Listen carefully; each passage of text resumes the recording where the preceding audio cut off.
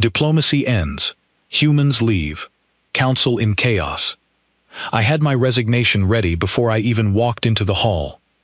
It was folded inside my jacket pocket, pressed flat, signed and sealed with the official stamp of the human sovereign delegation. I had written it the night before, sitting alone in my quarters aboard the orbital station, listening to the low hum of recycled air and the distant clatter of alien foot traffic in the corridors outside. I had written it slowly, choosing every word with care, and when I was done, I read it twice. Then I put it in my pocket and went to sleep. My name is Cale Morrow. I had served as humanity's senior ambassador to the Interstellar Conclave for 11 years. Before that, I spent 9 years as deputy delegate, and before that, 6 years as a legal attaché helping translate human law into terms the conclave could process. 26 years of my life, given to a room full of creatures who had never once looked at me the way they looked at each other.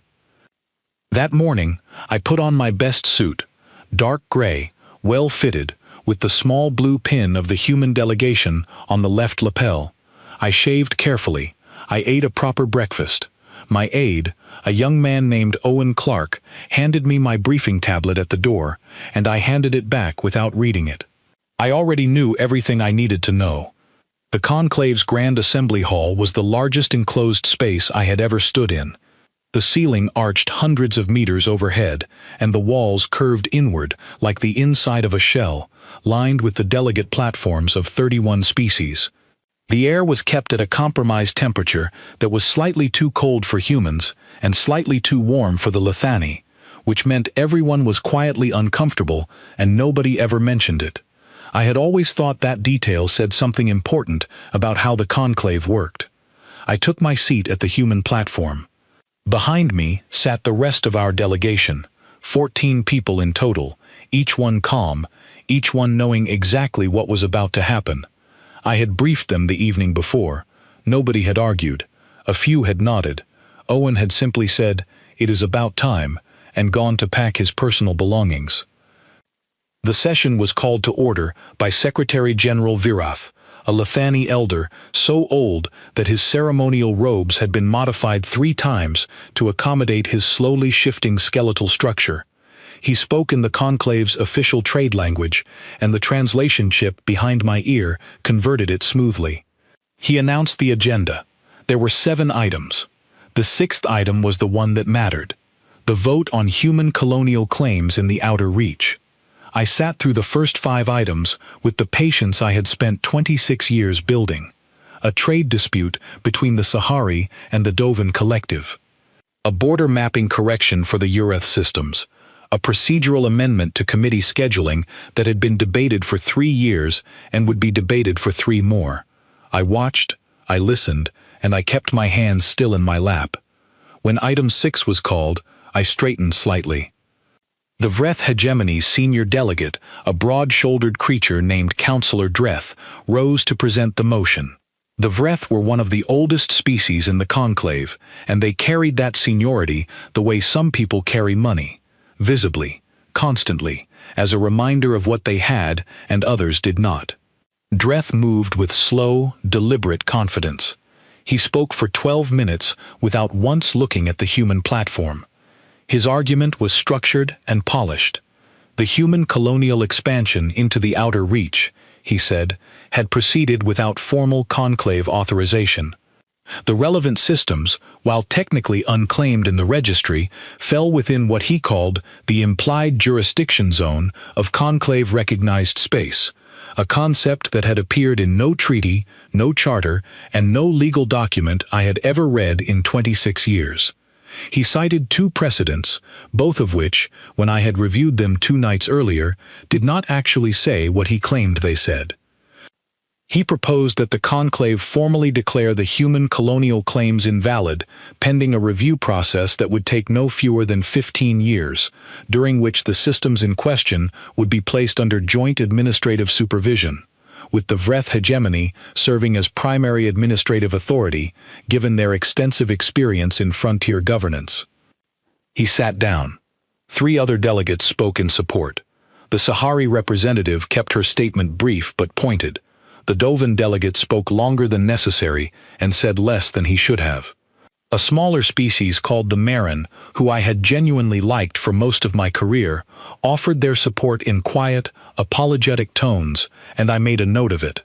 Then the floor was opened for response, and I raised the human delegation's signal light.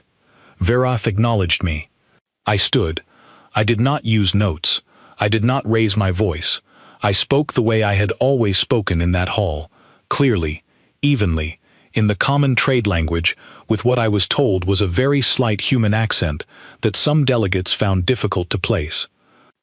I told the assembly that humanity had entered the outer reach systems 3 years ago, after submitting 11 formal requests to the conclave for joint survey missions, all of which had been deferred, delayed, or quietly buried in committee. I reminded them that the systems in question had been dormant in the conclave's registry for over 400 years, flagged as low priority, with no active claim by any member species. I noted that human colonists had built those settlements with their own ships, their own materials, their own labor, and had defended those settlements from 3 separate unregistered raider attacks without any conclave support, because the conclave's mutual defense provisions had never been meaningfully extended to human territories. I said these things without anger. I had rehearsed them without anger. Anger, I had learned, was the easiest thing for a room like this to dismiss. Then I said that the motion before the assembly was not a legal matter. It was a property matter. The Vreth hegemony wanted access to rare element deposits confirmed in the Outer Reach surveys, deposits that human geologists had mapped and published in open records 18 months ago. I named the deposits. I cited the published reports. I showed the overlap between the implied jurisdiction zone Dreth had invented and the confirmed mineral boundaries on the map. There was a brief and very loud silence. Dreth began to rise. Virath gestured for order. 2 other delegates began speaking at once. I waited. When the room settled enough for me to continue, I finished my statement. I said that humanity had participated in the conclave for 80 years as a provisional member. We had been provisional for 80 years because full membership had been deferred at every review, always with new conditions added, always with the bar raised slightly higher than our last achievement. We had accepted that. We had worked within it. We had contributed to the conclave's security grid, its medical infrastructure, its navigation systems, and its trade corridors, not because we were required to, but because we believed in what the conclave was supposed to be. I paused. I looked around the hall, at Dreth, who had sat back down and was watching me with the particular stillness of a creature deciding whether to be concerned, at Virath, who was very old and very tired and looked, in that moment, like he already knew what I was going to say. I said the vote could proceed. The result was 19 against humanity's colonial claims, 12 in favor. I noted the 12, mostly smaller species. The Lethani bloc voted in favor, all 4 of them, and I made a note of that too. I waited for the Secretary General to formally record the outcome. Then I reached into my jacket pocket and removed the letter.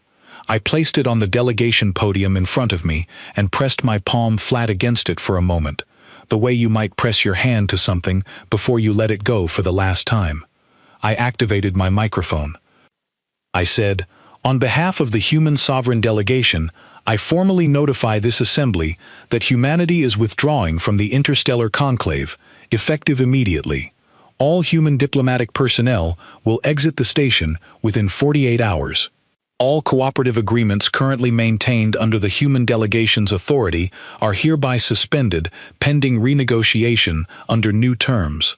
The withdrawal notice has been filed with the Secretary General's office, per the Conclave Charter, Article 41, Section 9. I picked up the letter and held it out to the side. Owen stepped forward from the row behind me and took it without a word. I buttoned my jacket. "This assembly," I said quietly, "is no longer our concern."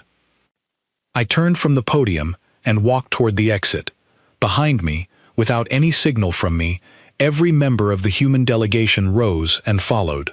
14 pairs of shoes on the polished floor of the Grand Assembly Hall, walking in the same direction, at the same pace.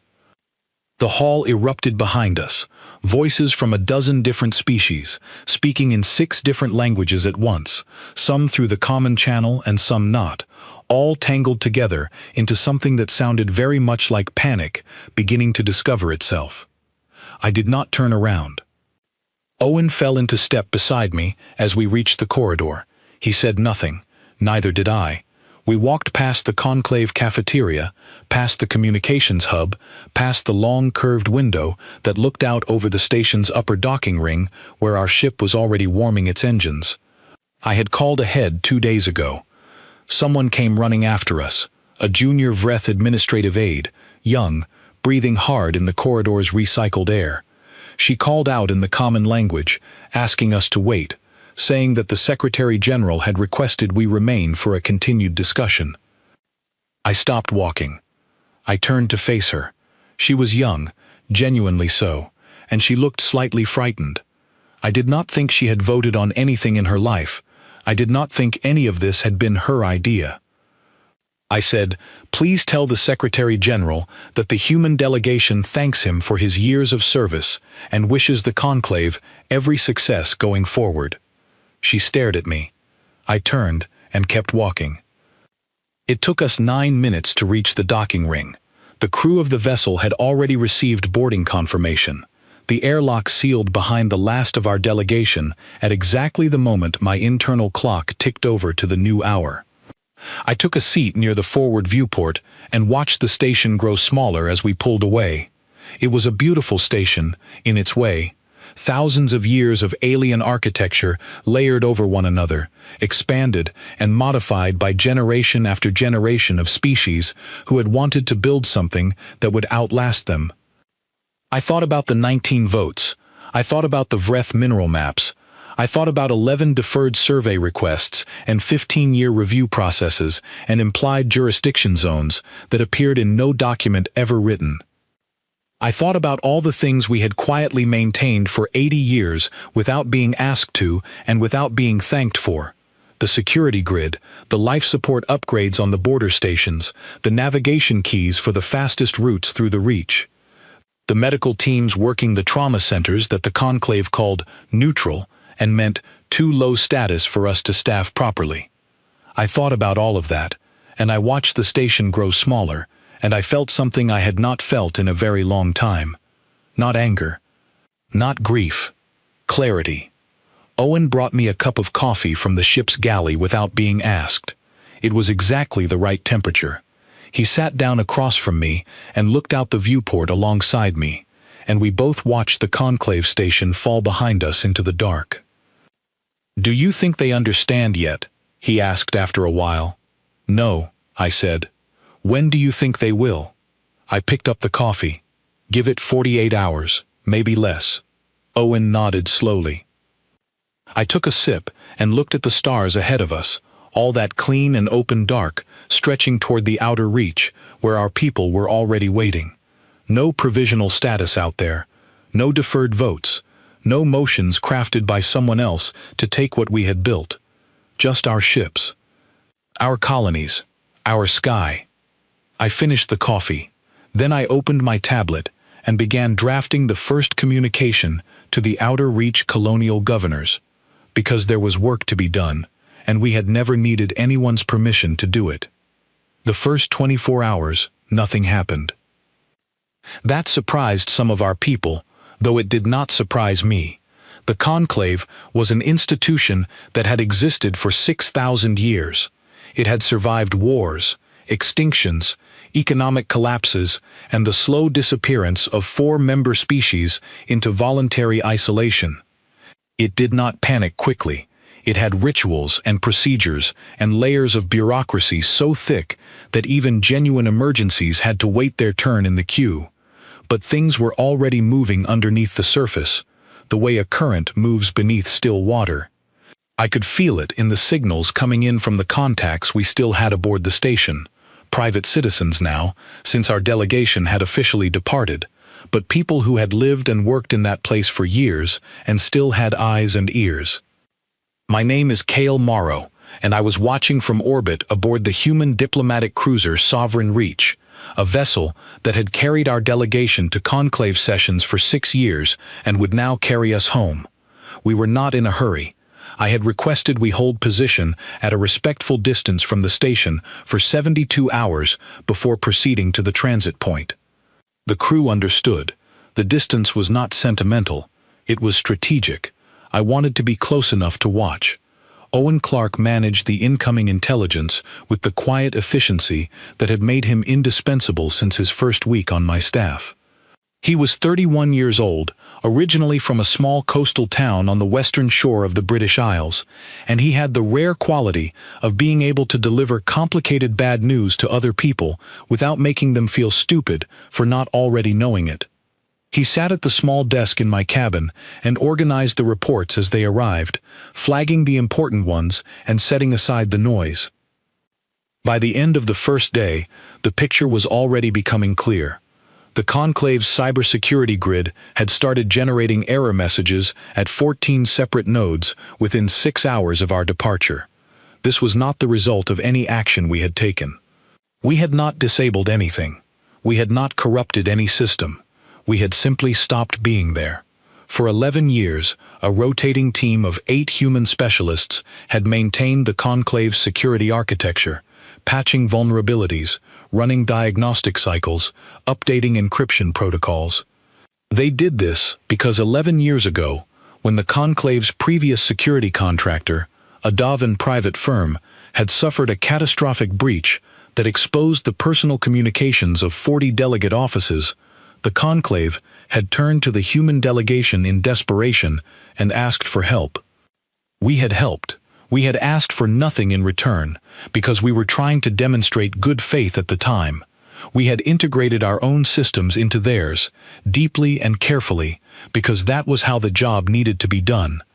And then we had maintained it, continuously, for 11 years, and nobody had ever formally asked us to keep doing it. It had simply become something humans did, like keeping the lights on, like filling a gap that nobody else wanted to fill. The VRETH Technical Office filed a formal request to access our system documentation 42 hours after our departure. The request went to a human communications relay that was now unstaffed. Owen flagged the request in his log and marked it unread. The Sahari trade liaison sent a slightly less formal inquiry to my personal channel, not the delegation channel, which had been officially closed, but my personal one, asking whether there was any mechanism by which the navigation key library for the outer reach transit corridors could be transferred to a neutral third party. I read the message carefully. The navigation key library was not a piece of software anyone could simply copy and use. It was a continuously updated routing system, integrated with sensor buoys that our survey teams had placed across 340 light-years of space over the past 2 decades. The buoys ran on human protocols. They reported to human servers. Without our people actively managing them, the data they produced was, at best, unreliable.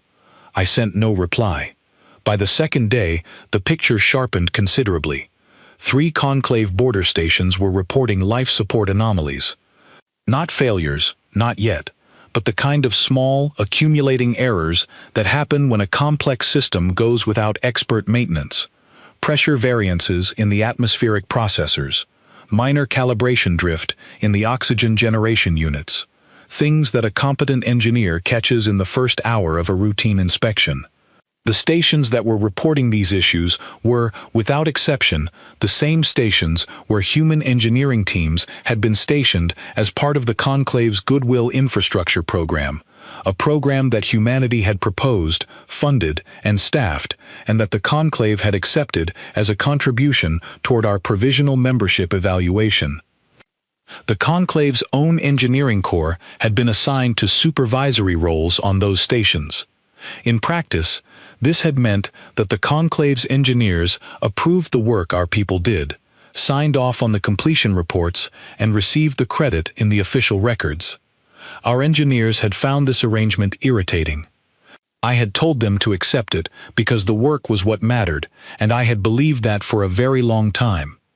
Owen brought me the station reports and placed them on the desk without comment. I read through them. Then I sat back and looked at the viewport for a moment. "How long before the anomalies become serious?" I asked. "Probably 2 weeks for the worst affected station," Owen said. "Possibly sooner if they try to compensate without understanding the underlying architecture. Are the Conclave engineers capable of managing it?" Owen was quiet for just a moment too long. "With the documentation, yes. The documentation is in human standard format and has not been translated into Conclave common format, because every time we proposed creating a common format, the request was assigned to a joint committee that never produced anything." I nodded. I had attended several of those committee meetings myself. I did not send any technical documentation to anyone. I did, however, authorize a private message to be sent through a civilian channel to the head of the human engineering team that had been stationed on the most at-risk border station. The message said, if any of them wished to return as private contractors under individual employment contracts with a negotiated rate, they were free to do so, and the human government would not consider it a breach of the withdrawal. Helping people not die was not political. It was just human. 2 of the 8 engineers replied within an hour. They were interested. I forwarded their contact information to the station's administration office via a neutral relay. On the 3rd day, a Vreth logistics officer named Counselor Dreth's deputy, not Dreth himself, which was telling, sent a message to our ship's general communications channel requesting an urgent dialogue. Owen read it to me over breakfast. The message used the phrase regrettable misunderstanding twice, and the phrase mutual benefit 4 times. It did not use the word apology. It did not acknowledge the vote. I composed a brief response and had Owen send it. It said that the human sovereign delegation had concluded its association with the interstellar conclave, that any future communication from conclave members would be received through official diplomatic channels once such channels were established under new terms, and that we wished them a productive session. On the 4th day, the conclave's Trade Monitoring Office released a routine shipping report, the kind of document that nobody outside specialist circles ever read, but that Owen had flagged because he read everything. The report noted that 14 commercial shipping lanes operating through the outer reach transit corridors had suspended service pending navigational advisory clarification. The shipping lines were not human-owned. They were Sahari, Dovan, and mixed-species commercial operations. They had built their route schedules around the navigation data that our survey buoys generated. Without that data stream, their automated routing systems were throwing caution flags, and their insurers were declining to cover the routes. The outer reach was not a small economic zone. Roughly 30% of all non-Vreth commercial traffic in the region either passed through or originated from systems adjacent to humanity's colonial territories. The survey buoys we had placed over 20 years had effectively become essential infrastructure for a region we did not own and had never claimed. We had done it because it made the region safer, and because making things work better was what our people did when they had the resources and the problem in front of them. Nobody had ever thanked us for the buoys. Owen looked at the shipping report and then looked at me with an expression I recognized as him choosing his words carefully. "We didn't plan this," he said. "No," I agreed. "We were just there. For a very long time, we were just there, and we worked, and now we are not there, and the work is not happening." "Do you think they'll understand the difference?" he asked. "Between us leaving and us doing something to them?" It was a serious question, and I took a moment before answering it. "Some of them will. The ones who paid attention. The ones who actually read the project reports, and the engineering logs, and the technical submissions we filed every year. They'll look at the situation, and they'll understand immediately." I looked out the viewport at the distant shape of the station, small now, surrounded by the quiet dark. "The others will assume we did something to them on purpose, because that is what they would have done." Owen considered this. "Which group is bigger?" "In the conclave," I said. "The second one, but in the wider galaxy. I thought of the 12 votes. I thought of the Lithani block, all four of them raising their signal lights in favor of humanity. I think the first group might be larger than anyone expects. On the 6th day, we received a personal message from Secretary General Virath. It arrived on the private channel, not the official one. It was short. It said, "You knew this would happen, so did we. I am sorry that we did not choose differently." I read it several times. Virath was not a bad creature. He was very old and very tired, and presided over a system that had calcified so slowly that most of the people inside it had stopped noticing they could no longer move. He had voted in the majority on the colonial claims motion. I had confirmed that through our observers, but his message did not feel like the message of someone proud of that decision. I wrote back. I said, "We warned you 17 times over 40 years. In formal committee sessions, in written reports, in direct private conversations between our respective offices, we told you that a council structure which allowed large block voting to consistently override smaller members' legitimate claims would eventually produce a crisis it could not recover from. You called our analysis alarmist. It was not alarmist, it was a timeline. I sent the message and closed the channel and did not feel satisfied the way I had expected to feel. Virath was not my enemy. The system was not even my enemy, exactly. The system was just what happens when an institution outlives the wisdom that built it. On the 7th day, I gave the order to proceed to the transit point. The crew moved efficiently, the way human crews always do, not because they were trying to perform efficiency, but because they had been trained well and they understood what needed to happen. Owen brought me a fresh briefing on the situation in the outer reach while we were making the transit calculations. The colonial governors had received my earlier communication and were proceeding exactly as I had asked. The fortification work was quiet, unhurried, and thorough. New sensor arrays going up in the key approach corridors, supply caches positioned in the secondary systems. Nothing aggressive, nothing that shouted, just the steady, patient work of people making sure that what they had built would be safe. As the ship aligned for the transit jump, I stood at the forward viewport and looked back one last time at the conclave station in the distance. Behind those walls, I knew, the Grand Assembly Hall was full of species who were only now beginning to understand the shape of what had just happened. Not what we had done to them, what they had lost by taking us for granted. There is a particular kind of surprise that happens when something you assumed was permanent turns out to have been a choice. The surprise is not really about the thing itself. It is about realizing that for a very long time, you never once stopped to ask why it was there. We went to transit.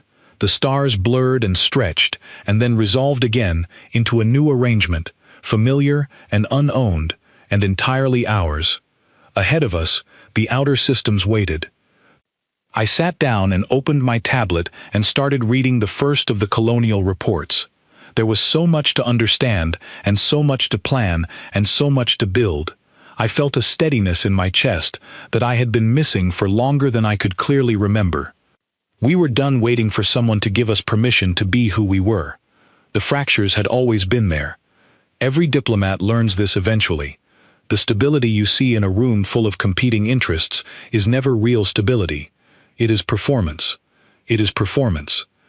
It is 100 separate agendas agreeing, temporarily, to keep the performance going, because the performance is easier than the alternative. Pull out one thread, and the whole thing does not fall apart gracefully. It comes apart the way old machinery does, suddenly, loudly, with a great deal of noise from parts that have been under strain for a very long time. My name is Cale Morrow, and I watched it happen from a distance of 42 million kilometers, through the intelligence reports that Owen Clark organized onto my tablet every morning with the same careful attention he gave to everything. The reports came from sources I will not name, not because I am being secretive, but because some of them were private citizens who had simply chosen to stay on the conclave station after our official withdrawal, and naming them would serve no useful purpose. What matters is that the information was reliable. I had known most of these sources for years. I trusted their observations, and their observations told me that the Grand Assembly Hall was becoming a very different room than the one I had walked out of. It started, as these things often do, with something small. The Vreth hegemony sent a technical team to the main cybersecurity node on day 8 after our withdrawal. This was reasonable. The node needed to be maintained, the errors were accumulating, and the Vreth, whatever their other qualities, were not incompetent. Their technical staff were well-trained and well-equipped, and they arrived with confidence. They spent 4 days reviewing the system architecture that our team had built and maintained for 11 years, and at the end of those 4 days, they submitted a report to the hegemony's senior council that Owen's contacts managed to summarize for us in broad terms. The summary was, in short, this is not what they told us it was. The Conclave's security grid, as the Vreth technicians discovered, was not a system our people had built from scratch. It was a system our people had integrated with an existing framework, threading human protocols through Conclave infrastructure in a way that was deeply functional, but also deeply specific. It required particular knowledge to maintain. It assumed particular operating conditions. It was, in the language of engineering, not modular. You could not simply replace the human components with equivalent components from a different manufacturer and expect things to continue working the way they had been working. The Vreth technicians did not say this to any other species in the Conclave. They wrote it in an internal report and filed it internally, but the Sahari merchant guilds had their own contacts inside Vreth administrative systems, as they had always had, because the Sahari had been managing information networks across 5-star systems before the Vreth hegemony had achieved interstellar flight. 3 days after the Vreth filed their internal report, the Sahari senior guildmaster, a precise and unsentimental individual named Councillor Varesh, called an emergency session of the Conclave's Economic Affairs Committee, of which she was the chair. I have a detailed account of what happened in that session. I will share the important parts. Varesh stood before the committee and presented a compiled economic impact assessment. She had done the calculation herself, or had it done by people who answered directly to her, which in practice was the same thing. The assessment covered the shipping lane disruptions in the outer reach corridors, the suspended trade routes, the navigational advisory flags that had grounded 14 commercial services, and the projected downstream effects on supply chains that extended through 11 Conclave member systems. The numbers were clear, and they were large, and they did not require any editorial commentary to make their point. She then said something that her own faction had been unwilling to say publicly for many years. She said that the Conclave's economic infrastructure had developed a dependency on human services that no one had formally authorized, acknowledged in the records, or planned for in any contingency document. She said that this was not the humans' fault. She said that it was, in fact, the fault of everyone in the room who had spent decades approving human contributions as individual agenda items without ever stepping back to look at what those contributions added up to in aggregate. She asked, directly and without diplomatic cushion, how many other services currently operating in the Conclave were primarily staffed, funded, or architected by human personnel. There was a long quiet in the room. The committee's administrative secretary, a Lethani career official named Therion, who had served the Conclave for 40 years and knew where every buried document was filed, produced a report that had apparently existed for 8 years. It had been prepared by a junior human policy analyst at the request of our delegation, submitted to the committee, received without comment, and archived. The report listed, in careful detail, every service, system, and infrastructure project in which human personnel played a primary or critical role. Owen told me later, when he read the account from our source, that the committee room went very quiet when Therion placed that document on the shared display.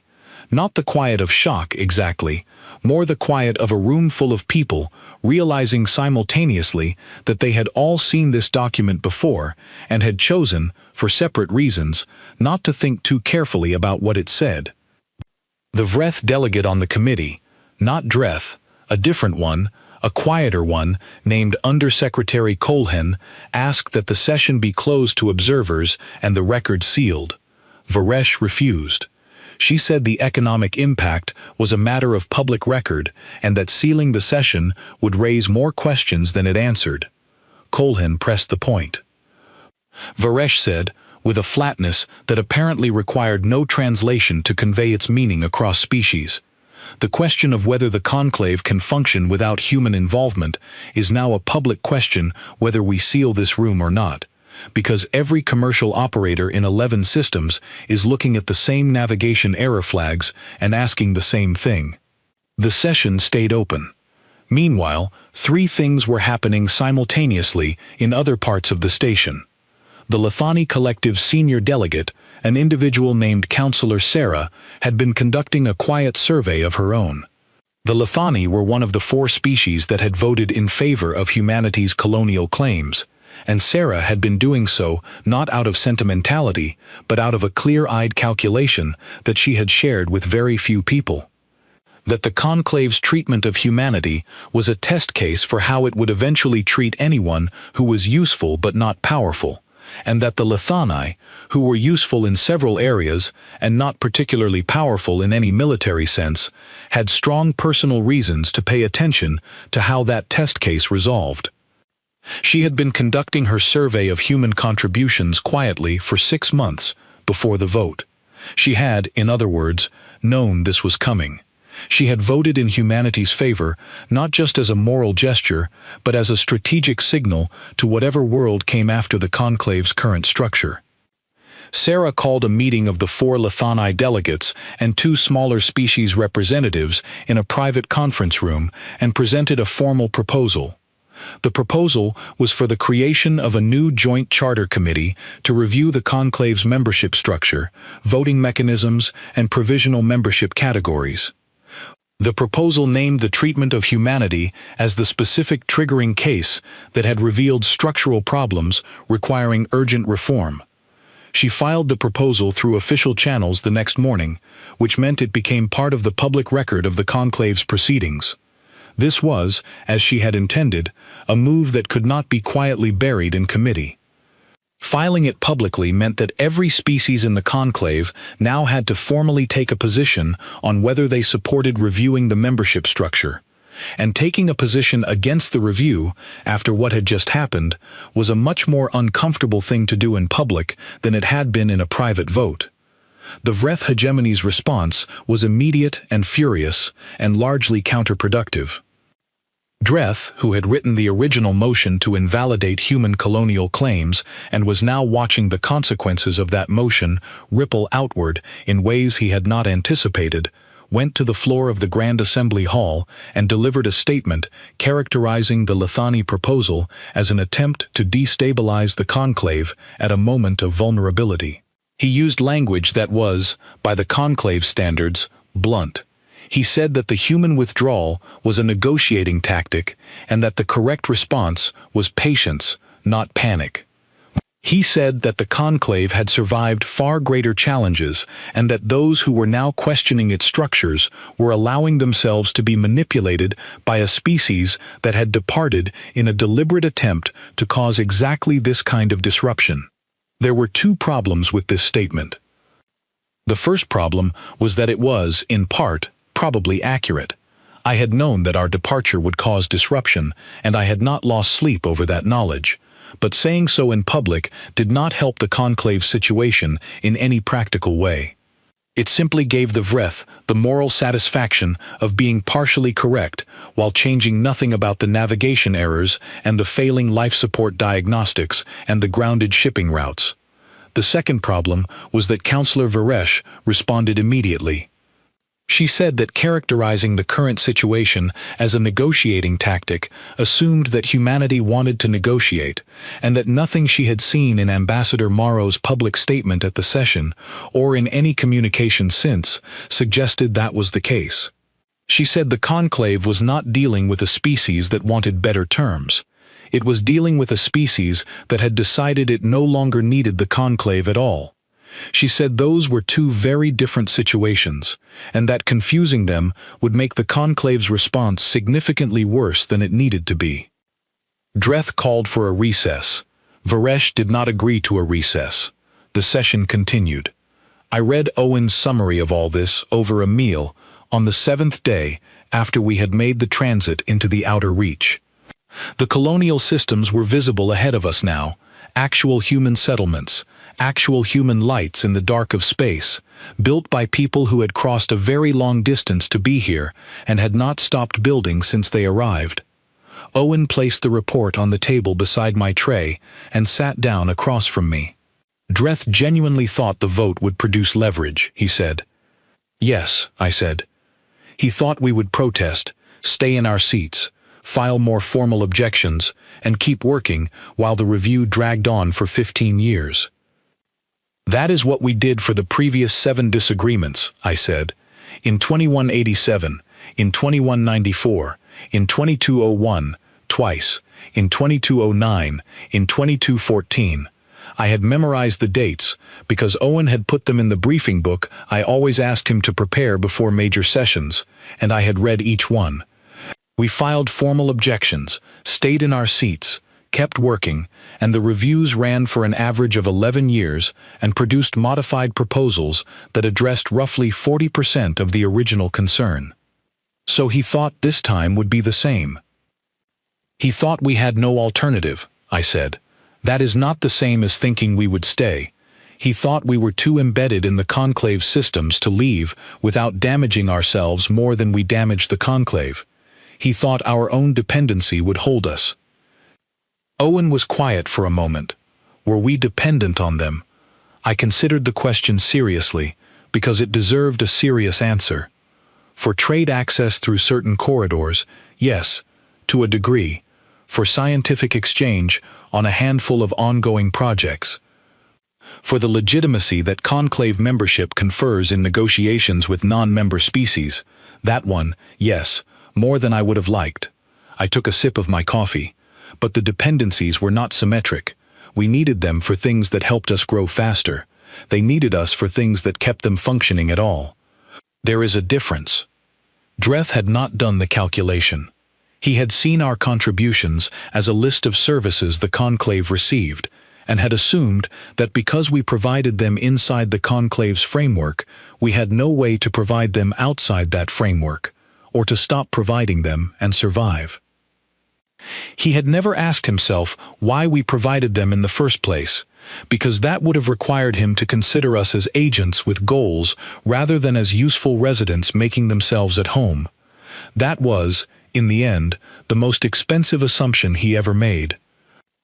I finished my meal and looked out the viewport at the outer reach, at the lights of the colonies spread across the dark, at the slow, steady movement of our own ships between the stations we had built and the worlds we had claimed and the routes our survey teams had mapped with no permission from anyone. The conclave was in chaos. I could hear it in every report that came in, the sound of an institution trying to absorb a change it had never prepared for, because it had never seriously asked what would happen if we left. They had assumed we were too committed to go. They had assumed we were too cautious to act. They had assumed, most fatally of all, that our patience was permanent. It was not permanent. It had simply been very, very long. I pulled my tablet toward me and opened the correspondence folder. There were 47 incoming messages from conclave members, ranging from the formal to the urgent to the quietly desperate. I had not answered any of them yet. I would, eventually, but first I needed to understand exactly what each of them actually wanted, as opposed to what they were saying, and those were rarely the same thing in politics. Owen refilled my coffee without being asked. Outside the viewport, the outer reach waited. Ours.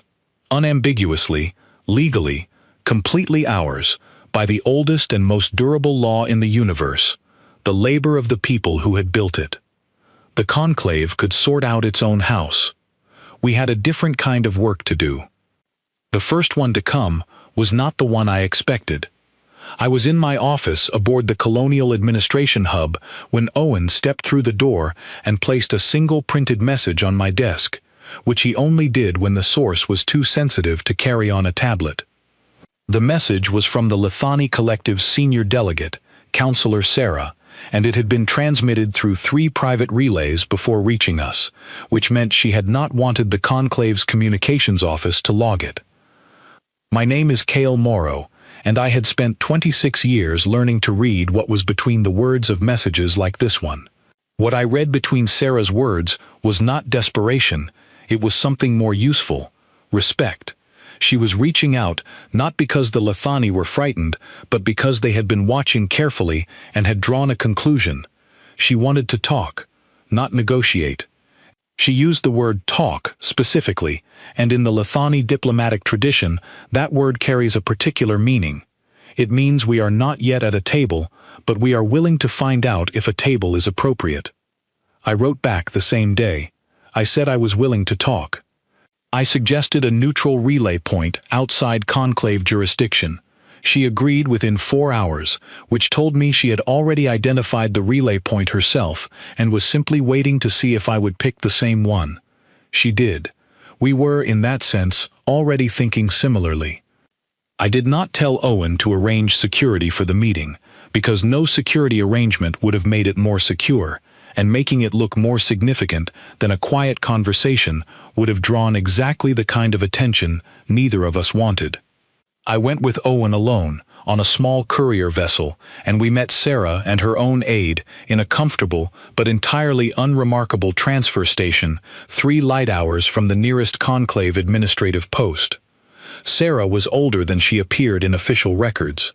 The Lethani aged at a different pace than humans, and their physical markers were different from ours, but there was something in the way she moved, the particular economy of motion that belongs to people who have made a great many decisions over a great many years, that told me she was significantly older than her public biography suggested.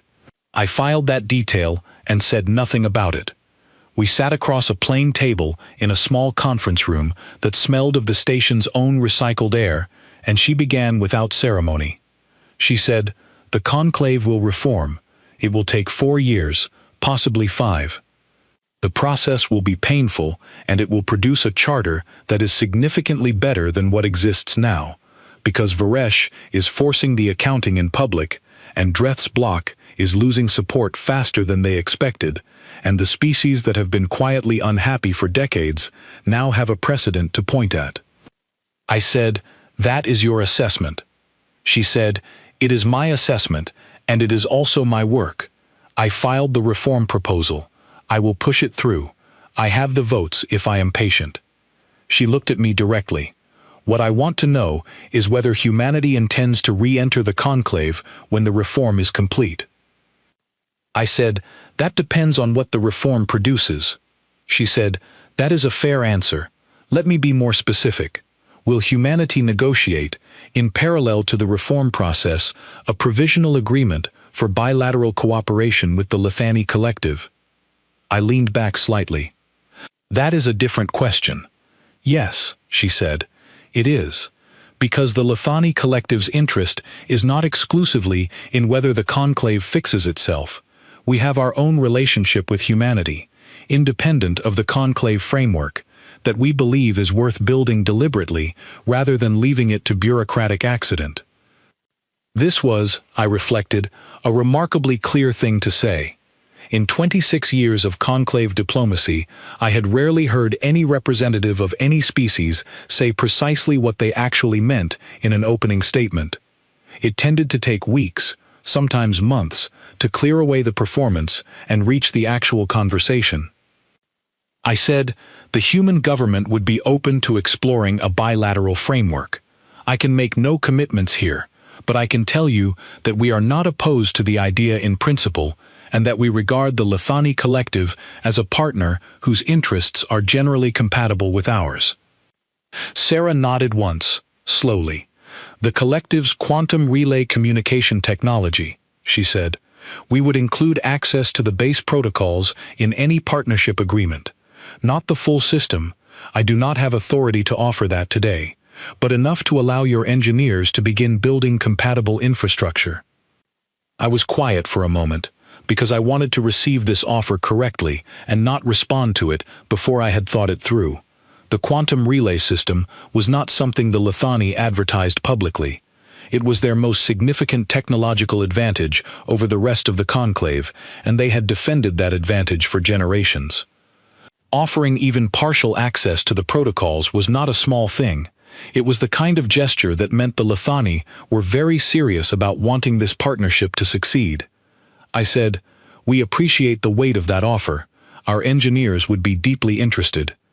Sarah said, "In return, we would ask for a formal human security guarantee for the Lithani border systems in the Veth corridor, not military occupation, a guarantee, a declaration that an attack on those systems would constitute an attack on human interests." I thought about this carefully.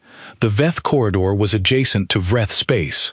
A human security guarantee for Lithani territory in that zone was not a military commitment in the traditional sense, but it was a signal, and everyone who needed to receive that signal would receive it clearly. It was also a reasonable ask, given the size of what they were offering.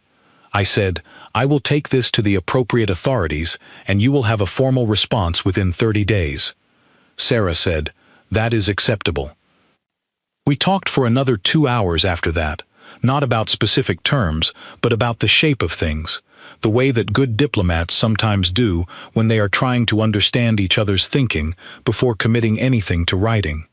She was precise and honest, and she did not try to maneuver me, which I found both refreshing and slightly disorienting after decades of the conclave's elaborate indirect style. Before we left, she said something that I have thought about many times since. She said, "The mistake the Vreth made was not cruelty. It was arithmetic. They calculated the value of humanity's presence by counting what you produced for the conclave, and they forgot to add the cost of your absence. That is a failure of imagination, not of morality." I said, "Does it matter which it was?" She said, "It matters for what comes next. A cruel actor makes an enemy. A poor mathematician makes an opportunity." We shook hands, a gesture she had adopted specifically for the meeting, which meant she had prepared for it, which meant she had thought carefully about being understood, and we returned to our separate ships. The second visitor arrived 12 days later, and this one I had expected. The Sahari merchant guilds sent Counselor Varesh herself, which was unusual. Senior guild masters did not typically travel for opening conversations. They sent representatives, read the reports, and appeared only when the terms were already mostly settled. The fact that Varesh came personally told me the Sahari had decided that speed was more important than protocol. She arrived at the colonial hub without ceremony, accompanied by 2 aides and no military escort, and she sat down across from me in the same conference room where I met with colonial governors every morning, a room that had a functional table and functional chairs and a window that looked out over the docking ring. She did not comment on the decor. She said, "The navigation data." I said, "What about it?"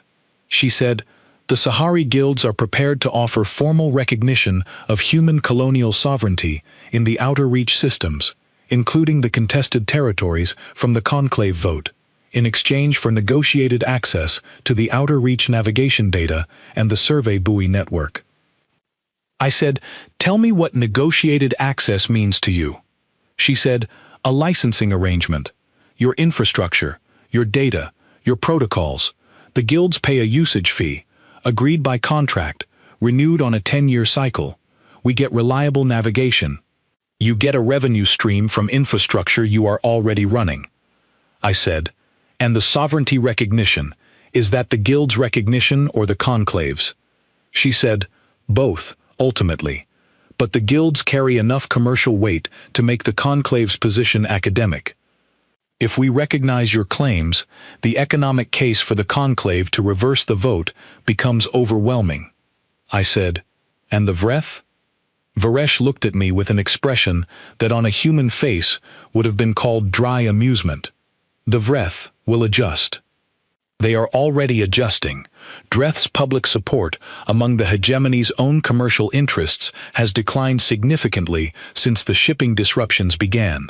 The mineral deposits they wanted are worth considerably less if the transit routes to get there are unreliable. We spent 3 hours on specifics. Varesh was the most efficient negotiator I had ever sat across from. She knew what she wanted, she knew what she was willing to give, and she did not dress either of those things up in language designed to obscure them. By the end of the session, we had the framework of an agreement that both sides could take to their respective authorities for review. As she was leaving, she paused at the door and turned back. She said, "You prepared for this for a long time." I said, "I filed 11 deferred survey requests. I attended 17 formal committee sessions on conclave structural reform. I submitted 42 detailed reports on human contribution to shared infrastructure over 26 years. I prepared, yes. I simply hoped I would not need to." She considered this. Then she said, "The conclave will be worse without you, but the galaxy may be better for it." I was still thinking about that when the third visitor arrived, 3 days after Varesh's departure, unannounced, on a small private vessel, with no markings. The vessel requested docking clearance using a civilian code, and the dockmaster flagged it to Owen because the hull configuration matched a class of ship registered to Vreth private interests. Owen brought it to me immediately. I said, "Grant docking clearance and send no notification to anyone outside this building." The visitor who came down the docking ramp was young, at least by Vreth standards. He wore plain clothing with no insignia, and he introduced himself as Councillor Dreth's nephew, which meant he was also a member of the Vreth ruling council's extended family, which meant his presence here had either been sanctioned by that family or was going to cause a great deal of difficulty for him when he returned home. His name was Aerith. He sat down across from me, and he was nervous, which was visible even across the difference in our species' physical expression. He said, "The border stations. 3 of them are approaching the threshold where the atmospheric systems need direct expert intervention. Not advice, not documentation. People, physically present, who know what they are doing." I said, "I am aware." He said, "There are people on those stations, not Vreth officials, workers, families of the garrison staff, children." I said, "I know." He said, "Councillor Dreth has not authorized me to be here. My family has not authorized me to be here. I am here because I reviewed the station reports this morning, and I looked at the timeline, and I could not think of any other option." I looked at him for a long moment. He was young, and he was frightened, and he had done something genuinely courageous by coming here, even if courage in service of an urgent practical problem is a different thing from courage in service of principle. But I did not think those two things were always as separate as people assumed. I said, "I authorized a private contracting option for human engineers 10 days ago. 2 have already expressed interest. I will authorize the full team immediately. They will arrive within 72 hours. Aerith exhaled slowly. "Thank you," I said. "This is not a diplomatic gesture. This is not a trade. People are not leverage. Whatever else is happening between our governments, we will not let people be harmed by a problem our engineers can fix." I looked at him steadily. "But I want you to understand something clearly. The engineers who go to those stations go as free agents under private contracts. They go because they choose to, and because we do not abandon people in need, regardless of who their governments are. That is a principle, and it does not expire." Aerith nodded. I said, "When you go home, and when you are ready, tell whoever needs to hear it that humanity's position on the colonial claims has not changed. Tell them that the Sahari have already begun formal recognition talks. Tell them that the longer the Vreth wait to have a real conversation with us, the fewer favorable terms will be available." He said, "And if Councillor Dreth asks whether you will re-enter the conclave," I said, "Tell him I have not been asked. And tell him that if he wishes to ask, he should do it himself, in person, without sending his nephew first." Aerith looked at me for a moment. Then, to his credit, he almost smiled. He left that afternoon. 12 hours later, I authorized the full engineering team. They departed for the border stations the next morning, quiet and professional and completely uncelebrated, the way human expertise had always operated, present where it was needed, functional, and entirely uninterested in being thanked. Outside the viewport, the outer reach waited. The colonies were growing, daily and steadily, the way human settlements always grew when nobody was stopping them. New buildings going up, new routes being mapped, new children born in habitats that had not existed 5 years ago, looking out through thick, transparent panels at the stars, above worlds that belonged to them by every right that mattered. We had a great deal of work still ahead of us, but for the first time in 26 years, every piece of that work was ours to decide. 6 months changed everything, and nothing, the way 6 months sometimes does.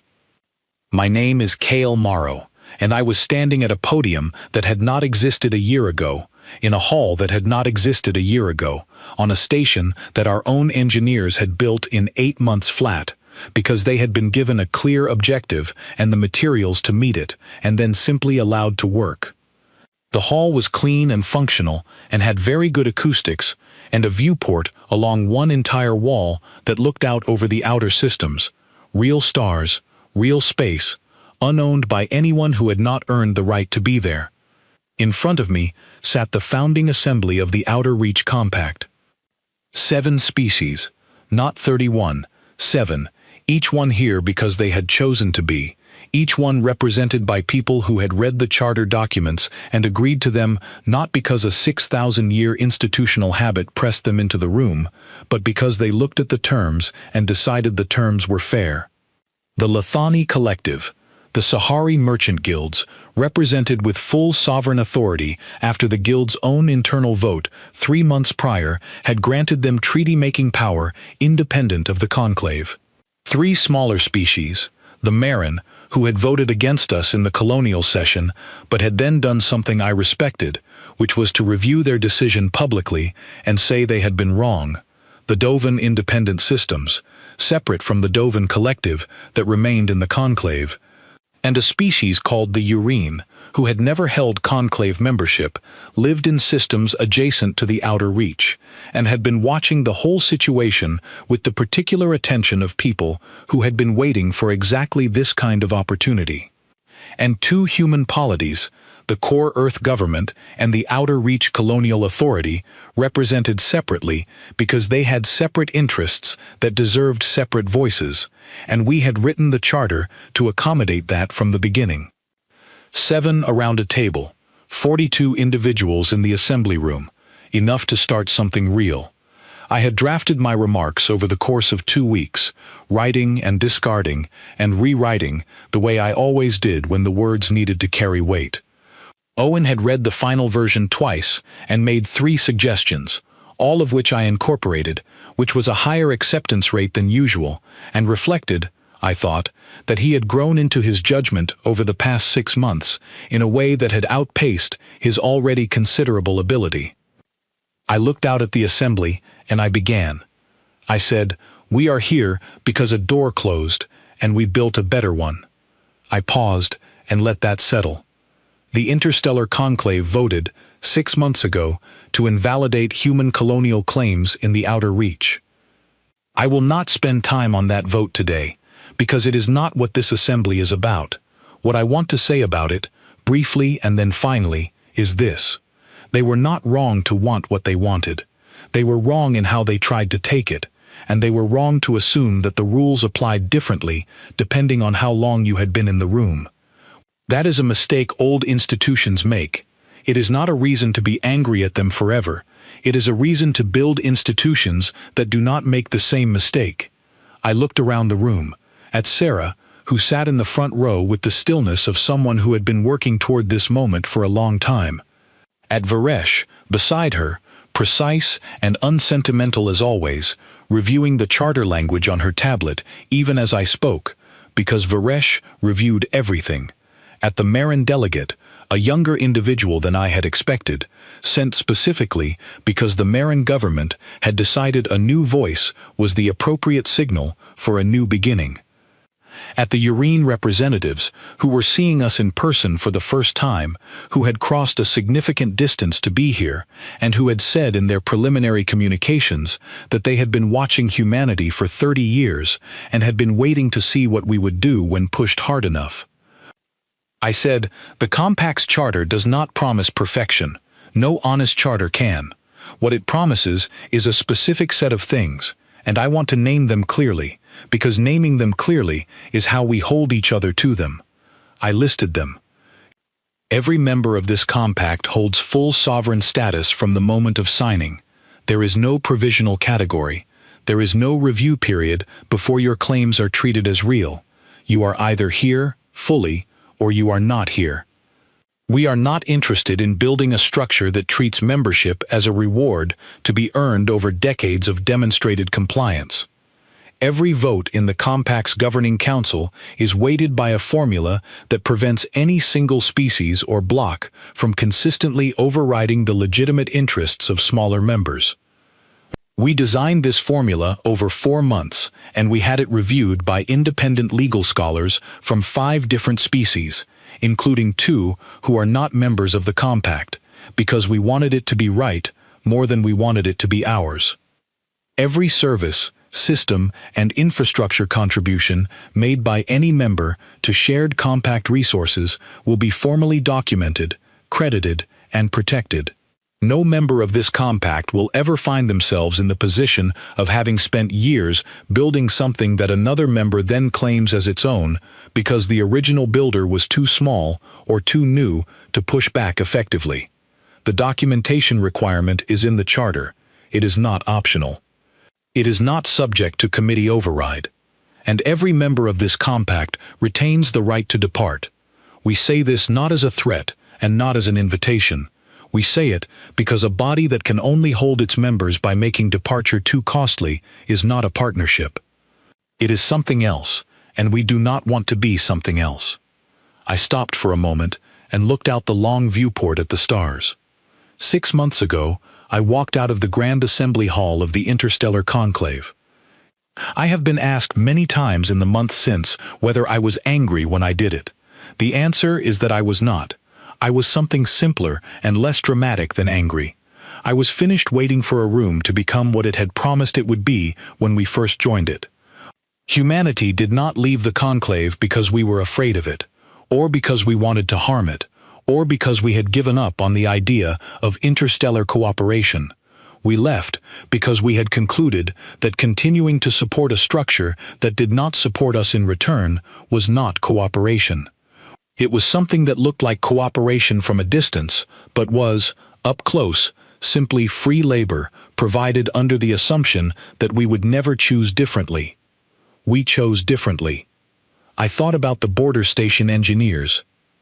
The ones who had gone back as private contractors, who had fixed the atmospheric systems, who had then returned home to their families without asking for public recognition or official thanks. I thought about the navigation buoys still running in the outer reach corridors, still generating the data that kept shipping lanes open, still doing their quiet, steady work. I thought about the cybersecurity grid on the conclave station that our people were no longer maintaining, and about the VRETH technicians still working through our documentation, trying to build equivalent capacity, and about how long that was going to take them. I thought about Secretary General Virath's message. I am sorry that we did not choose differently. I had written back. He had not replied, and I did not expect him to. He was very old and very tired, and he was trying to steer a 6,000-year institution through the largest structural reform it had faced in 4 centuries, and he was doing it in the last years of a very long life. I hoped he succeeded. I genuinely did. I said, the conclave still exists. It is reforming. The process is painful and uncertain, and it may or may not produce something worth returning to. We are watching, as you are watching, and we will make that assessment when there is something to assess. But we are not waiting for the conclave to reform before we build. We are not putting this compact on hold until the old structure decides what it wants to be. We have work to do. Our colonies are growing. Our routes are expanding. Our people are building, every day, in systems that are ours by the most unambiguous measure available. We are there, we are working, and we are not leaving. The compact exists to protect that work and to extend the same protection to every member who joins it, not because we are generous, because we are practical. A structure that protects everyone protects us too, and we are building for the long term. I look down at the podium for a moment, then back up. I want to say one last thing, and then I want to stop talking and let this assembly do its work, which is what assemblies are for.